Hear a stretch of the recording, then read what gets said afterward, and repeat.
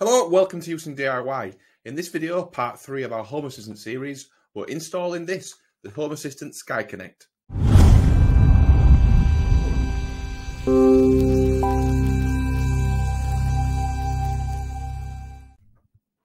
Okay, so in part 2 of the video series where we did some work on our areas and dashboard, create a dashboard, I mentioned the next video would be this video, the unboxing installation of the new Sky Connect from Home Assistant. Managed to get my hands on it from the piehut.co.uk or .com, but I will put a link in the description where I got it from. So first of all, I'll run through what the Sky Connect is, what it promises to be, and the future of it as well. So we use the Home Assistant website to show some details of that. We'll then get it out of the box, have a look at it physically in terms of what we get in the box with the device itself. We'll plug it into our Raspberry Pi or my Raspberry Pi, and all being well, for the promises from Home Assistant, it should be pretty simple within the UI to configure and install this. We are starting from scratch, from no ZigBee devices on the Raspberry Pi integrated at the moment. So we're probably coming from a unique position compared to other people maybe watching this video, but it will give an idea how to set it up from scratch, and hopefully will be a good watch. Okay, so as I mentioned, we'll just step through exactly what Sky Connect is. So on the Home Assistant website, home-assistant.io, there's an article here about Home Assistant Sky Connect, best way to add ZigBee and Matter to Home Assistant. So there's an article here about it. Obviously, it's available now to purchase. As I mentioned, I got mine from the Pi Hut in the UK. I've had it for just over a week now, I think it was. Only just got round really to setting it up. So basically, it brings in a single USB interface in the Sky Connect USB device, the module, that can connect both ZigBee and Matter ready devices to your Home Assistant instance. So that's what it is in a nutshell. I've got various different ZigBee devices that I've purchased in the past, some Xiaomi ones mainly, some temperature and humidity sensors, and some motion sensors. So I'll be using them to do that with. So I've got some here, some motion sensors, and these temperature sensors. So I've got these dotted around the house that need the batteries replacing, which I'll do as well. But that's what we'll be using, and using the Sky Connect to hopefully connecting those ZigBee devices across the house. Okay, so I'm going to take a look at exactly what's inside the box now. So it's just a normal brown cardboard box, quite thin. So we're going to open it now, so check a look what's inside. Obviously got the Home Assistant logo and the Navigator logo on there as well. So we'll open this up. A little notice in there about connecting it with the extension cable. That's to avoid interference from the USB port. You got warranty and safety information in there, which has got some product description, perfect match for Home Assistant users. It's an easy connection with ZigBee devices and will support Thread networks to enable Matter devices which make use of Thread. So yeah, some information in there, just the description and other things, just some different languages. So yeah, so in here we've got the extension cable itself. Obviously to move it away from that USB port to avoid that interference it can create, and then the little device itself. So it's really small there, just in comparison, like a 10 pence piece. So really small. Obviously that really cool blue of Home Assistant, that traditional blue, with the Home Assistant logo on the front of it. So there's the device. We'll get it plugged into my Raspberry Pi now, and hopefully it's as easy as it says it'll be, and it'll just be all within the UI. Okay, I got the Raspberry Pi here. Got the USB extender plugged into it, like so. I'm just going to plug the Sky Connect into there now, like so. I'm going to probably tack that up behind my monitor somewhere, but you can see that's in now. So we'll jump over to the UI, the Home Assistant UI, and hopefully we'll have a little prompt there ready to set it up. Let's go. Okay, so just before we get started with the Sky Connect, just wanted to show you from the previous video, I have tidied up my areas. and I've tidied up, added some more devices in there. So in the Huson dashboard that we created in the previous video, which again I'll link to in here, we stepped through creating a UI, a dashboard from scratch, a blank one, added some stuff in. So let me just show you what I've done on mine. So I've added these different icons. I've done like a family one to show mine and my wife's where we are, location-wise. And I've got the kitchen with the thermostats, living room with the different media sources and cameras. So I've done it more for a mobile view.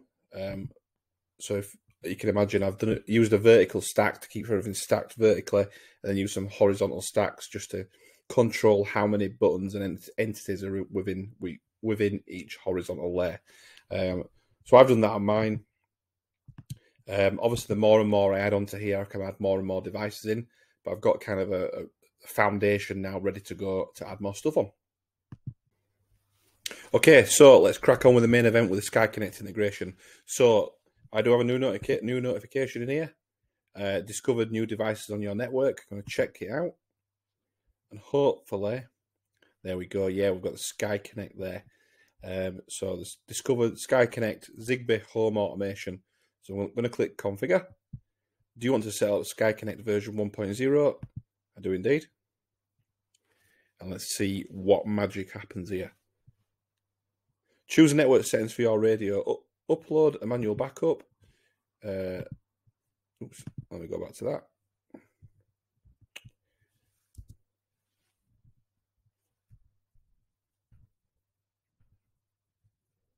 Let me do a quick refresh just to get back to that setting. I've clicked on the wrong thing.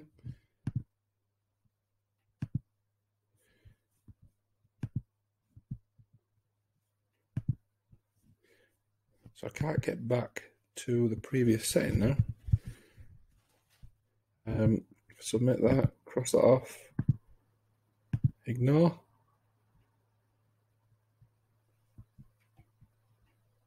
So I'll ignore for now. I'll show ignored ones. Stop ignoring. See if that helps at all.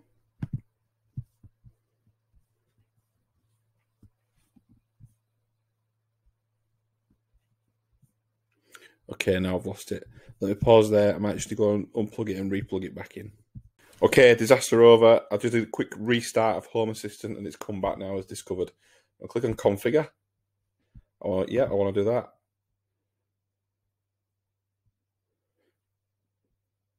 So I'm going to choose the bottom one because I don't have manual backup. So I'm going to erase network settings and form a new network. So I'll try and show this in real time. Hopefully it is quite quick. Okay, ZigBee coordinator. So I assume that means it's the actual Sky Connect device itself. I'm going to put that in the office because that will be in the office with the Raspberry Pi. Click finish. Okay, so that is it done. So if I go to the Sky Connect now here in my integrations and click on configure, I've got all the basic global settings there. We've got the groups, visualization. I think this will show the map of devices once I've got all this set up, and the topology in there. So if I go to network and go to devices, obviously showing the coordinator there. So I go back and then go to add a device down the bottom here. I can now try and add some devices in. So what I'll do is I'm going to get the temperature sensor and the motion sensor set up and try and do this in real time. So I'll pause there, get the new batteries in, and come back to the screen in just a second. Okay, so I've got one temperature and humidity sensor ready here. So I said these are the Xiaomi Aquara sensors, I think they're called. I don't know if I'm pronouncing that right. I have had these obviously connected to another hub previously. So I think from memory, there's like a little button on. You press and hold it for like 10 seconds. Some of them have a separate pin that you have to push in a pin, but these are just a button. So I'm going to press and hold the button on there for 10 seconds. And then there's kind of a blue flashing light that flashes.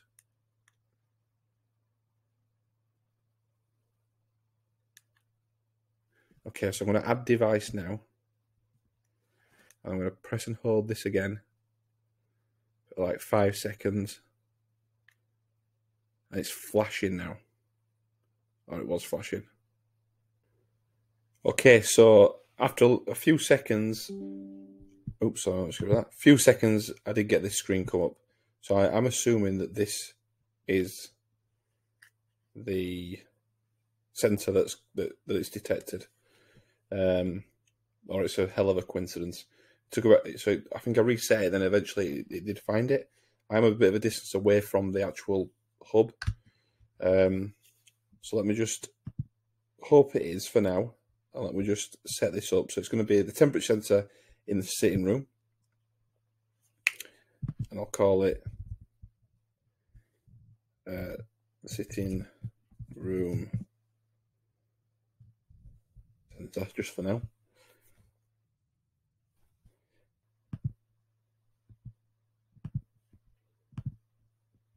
So it's detecting the humidity, detecting the temperature. So that's exactly what it is. It's a temperature and humidity sensor. So if I click that now,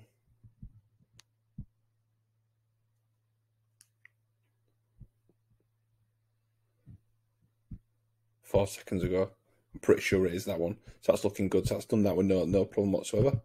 So if I go back now, I assume that's all I need to do. Device is ready to use. Initialization complete. So if I go back, yes. So it's added that into there now. The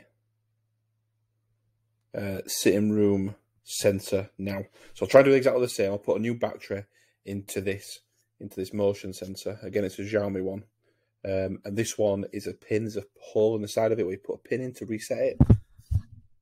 So hopefully that'll be a little bit easier to reset. So I'll do that now, and I'll come back and add a new device.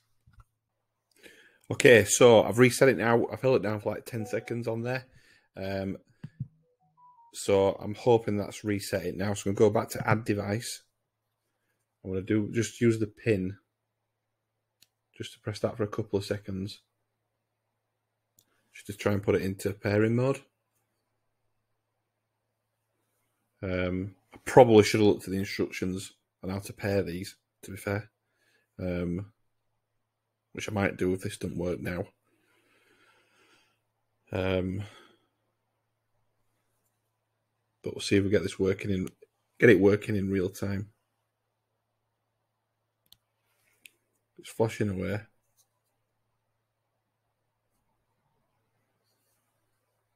Okay, so I literally just stopped recording because I thought I needed to go and go closer to the hub. But it started literally 2 seconds later. It pops up. So it's there. You can see the device is ready to use. You can see this one. It's got the battery, 70%, which is a bit worrying because I've just put a brand new one in. But you know, and then the motion, so detected. So that's the one. That's the motion sensor that's now added in there. So if I go back to this here, I'm going to call this. I'm going to put this in the porch. So I will call this porch sensor, porch motion. Obviously, add that to the porch area that we created before, and that's done. See the different settings. Settings in there. Occupancy sensor. That's looking fine for now. So if I go back here, you can see I've got a second one added in there. So if I click on that sitting room sensor, which was the temperature one, yeah, you can see it's dropped down now because I was holding it in my hand. The temperature was quite high on there. So that's successfully added in the motion sensor and that temperature sensor. That was fairly easy to do. And just press that there. You can see obviously that it kicking in the log there, which is quite good to identify which one's which. Do that again. You see the in the logbook there, it's kicked in another press. So that was fairly simple to do. These obviously just take a little bit of time just to add themselves into the ZigBee network. I think that's pretty normal for ZigBee devices, thinking back to when I've done other ones in the past. So if I go back to there now, go back here and go to the visualization, yeah, we can obviously see now those two sensors added into the topology. So that's looking good. So what we'll do now is we will add those two devices into my Huson dashboard. So obviously I've got the porch here, which at the moment's got the Hive radiator valve and the blink camera. So I'm going to edit the dashboard. I'm going to add. No, I'm not. I've made these vertical. This is a vertical stack with horizontal stacks within it. So I'm going to edit the vertical stack. I'm going to add a third one here and put another horizontal stack in. But with this one, I'm going to move it first, so above the other two, and then I'm going to put in just for now, just to get this added. I think I'll just add it as a which one's it? What's it called? I forget what it's called. I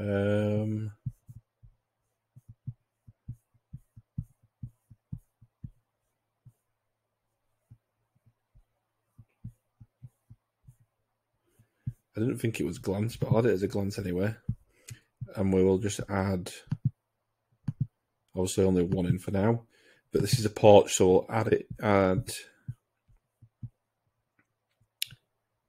porch, motion, occupancy.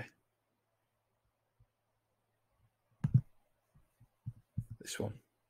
So you can see there that it's got the sensor added at the top, so click save, and that's it added at the top of there. I will do these differently. I just want to show how to do that really quickly. So we go to the sitting room, do exactly the same thing, edit this, add another one on here, another horizontal stack in there. We'll move it first so it goes above, and then add it in as a glance.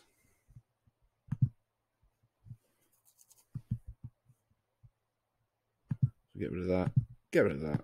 Then we'll do it as sitting room temperature.